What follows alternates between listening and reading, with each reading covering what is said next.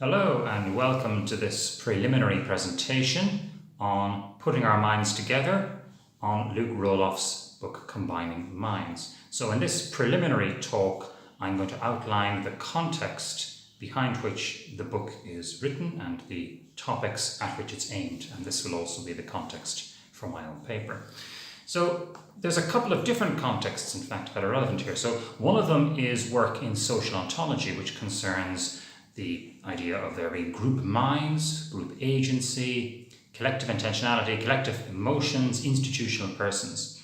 So a whole range of different ways in which groups of people and institutions have mental states attributed to them. And on the other hand, we have a resurgence in the philosophy of mind in panpsychism, which is very roughly the view that fundamental entities which make up the universe are conscious beings. Now, in different ways, each of these contexts raises a problem concerning how subjects of experience can combine to make up other subjects. Because on the one hand, when it comes to group minds and institutional minds, the question will arise, well, even if these things do have some mental states, can they be subjects which have conscious experiences? And specifically, we're talking about phenomenally conscious experiences. And on the other hand, if one accepts panpsychism, one is then faced with the problem of, well, these subjects, which are identical with some of the fundamental entities in the universe, how do they come together to form subjects such as ourselves? So we have, in fact, two distinct problems here. We have a problem concerning how subjects can combine to make up other subjects, and we have a problem concerning how the experiences of some subjects can be made up of or composed out of the experiences of other subjects.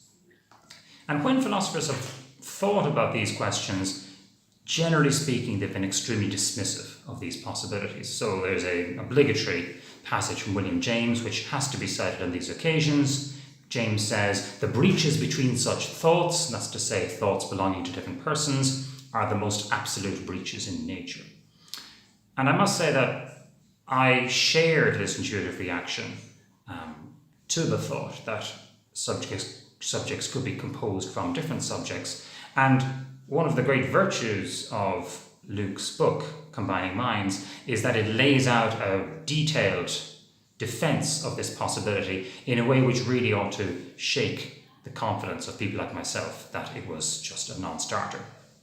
And that's a great service I think that Luke has provided. He's helped to put this topic more squarely on the table. So more specifically, Luke defends a position he calls combinationism. So to quote, "The experiential properties of a conscious subject are sometimes mere combinations of the experiential properties of other subjects which compose it." Experiential properties here, for the moment, we can simply understand as being the experiences. So the experiences of some subjects are sometimes mere combinations of the experiences of other subjects. So combinationism understood in this way is something like a general schema which can be applied in different ways depending on one's views concerning the nature of subjects of experience, the nature of consciousness, and as we'll see in the paper, the nature of phenomenal unity, which is one of the key unifying relations within conscious experience. And Luke has outlined different versions of combinationism. So one of these is a panpsychist combinationism, where consciousness and some subjects of experience are fundamental entities in the universe. And a different version of combinationism is functionalist combinationism, where we're looking at how different subjects can be functionally integrated to form a further subject. And finally, there's what Luke calls psychological combinationism, which looks at unity and disunity in the psyche of subjects such as ourselves, human beings. Now, because Luke's book covers such a wide range of different areas, it's not really feasible to address all of these different versions of combinationism in this talk, which is why I'm going to be looking at a general problem facing all of them, which is to do with how the experiences of the component subjects can produce a unified experience for the composite subject.